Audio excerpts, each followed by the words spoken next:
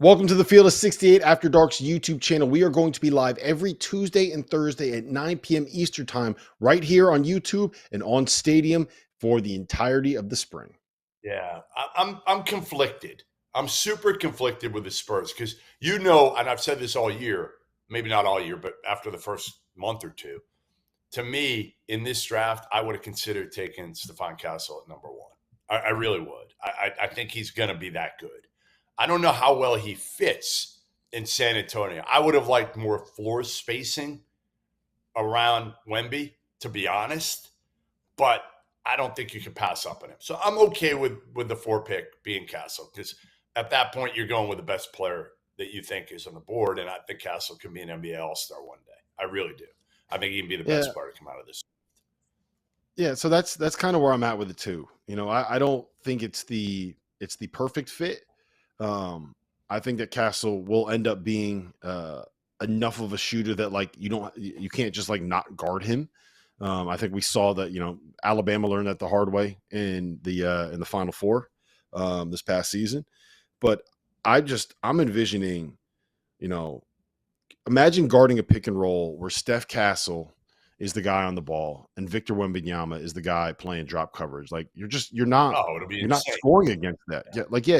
You have the core right here of what could end up being one of the best defenses in the NBA, if not the best defense in the NBA. And I think that starting there and then adding pieces around them that can shoot is something where I get what they're doing there and I get how that would work. I don't know if I necessarily would have given up the number 8 pick in this year's draft to be able to go out and add a pick for 2031 or whatever it is. That's my problem, Rob.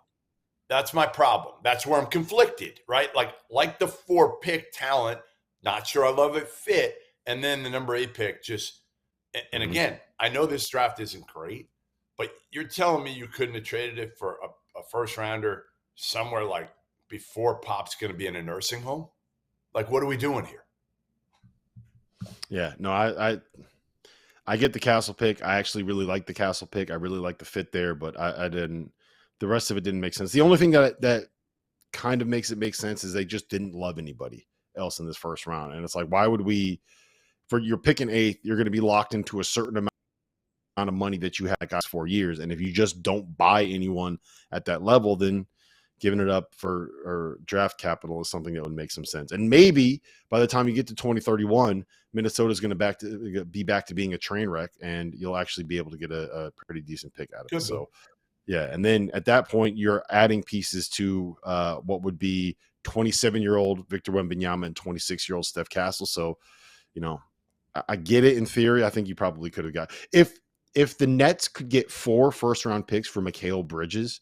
You got to be able to get more than 1 first rounder 7 years from now for something in the near vicinity, something in the next 3 years that it shocks me that GMs would even do that.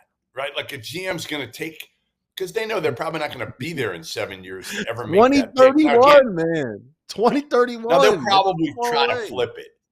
They'll probably try to flip that 2031 pick before 2031. It's just, again, 7 years from now just is obscene.